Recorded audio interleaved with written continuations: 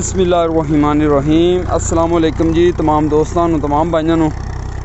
मैं जनाब थोड़ा भाई मोहम्मद आसिफ खिची और अज जनाब दोस्तों परफॉर्मेंस भी चेक करावन लगे हैं जी। मैसी फर्गूसन 240 ओल्ड मॉडल और मेरा ख्याल 87 मॉडल है जी। बाकी ड्राइवर अपन इनके बारे मालूमात देवेगा जी। तो ये जनाब गंदम बीज रहे ने, कणक बीज रहे ने ड्रिल ते जनाब देख सकते हो। बाकी मालूमात ले से ड्राइवर तो भी पर एकड़ विच बीज कितना इस्तेमाल कर रहे हैं, खाद कितनी इस्तेमाल कर रहे हैं और ये ट्रैक्टर जोड़ा मॉडल केड़ा, खर्चा कितना कर रहा है, रेंट ते चला रहे हैं या कि अपना सिस्टम है, अपना कारोबार है ने, अपनी गंदम बीज रहे हैं। तो बाकी जनाब अपना बसीरपुर हवेली लखा ज़िला उकाड़ा इत्थे बिजाई का वक्त हो चुका है गंदम का। काफ़ी लोग बीज चुके हैं, काफ़ी बीज रहे हैं और इंशाअल्लाह 25 दिन तो महीना कणकां बजींदियां रहंदियां ने लगभग 25 तो महीना। तो हुण जनाब आपां ड्राइवर नाल गलबात भी करांगे, उसने दसने हैं। अस्सलाम वालेकुम जी। स्लब स्टार्ट है, ठीक हो गया जी। अपना तारफ़ करा दियो जी। मोहम्मद अशरफ के एरिया जी?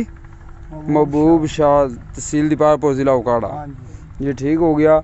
तो मोहम्मद अशरफ भाई ये मॉडल केड़ा है? 9192 है। ठीक हो गया। तो ये रेंट ते चला रहे हो या अपना कर रहे हो? रेंट ते चल रही है।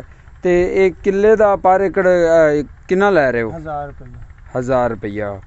तो ये खर्चा तकरीबन अपना की कर रही है जी? 240 2.5 लीटर। ठीक हो गया। मतलब है भी अच्छी खासी रोज़ी बन जाती है। ठीक हो गया माशाल्लाह।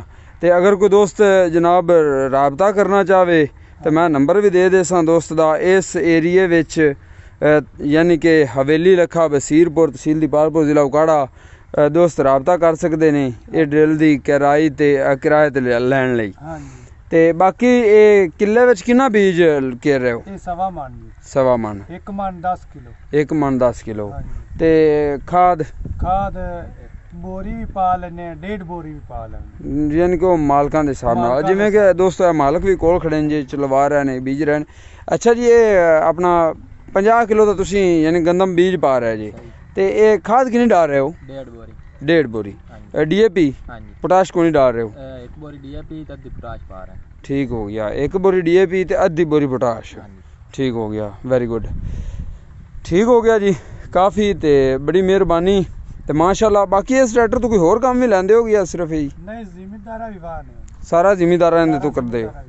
ठीक हो गया। मक्की मुक्की भी गावी दी है, ट्राला भी की जाए, जमीन भी गावी दी। अच्छा, ये ड्रिल अगर कोई दोस्त लेना चाहे तो चलती किन्ने को दी मिलती है, तो नवी किन्ने को दी मिल जाएगी? नवी तो है को 1.5 लाख दी। ठीक हो गया। तो चलती है 90-80 चलती लभ जाती। ठीक हो गया। तो ये ज़्यादा नवियां केड़े इलाके च बनदियां, कित्थे मिलदी? उकाड़े विचों। ठीक हो गया। हाँ जी, कोई दोस्त लेना चाहता ना जी तो उकाड़े विच इनकी मार्केट है जी, उत्थों ड्रिल खरीद सकता है। तो चलाओ जी, बड़ी मेहरबानी, नवाजिश अशरफ भाई। तो दोस्तों ये जनाब ड्रिल अगर कोई सैकंड हैंड खरीदना चाहे मिल जांदियां ने और कोई दोस्त अगर नवी परचेज करना चाहे तो ज़िला उकाड़ा दे विच इनदी बड़ी वड्डी मार्केट है जी, एग्रीकल्चर मशीनरी दी, उत्थों तुसीं खरीद सकते हो जी।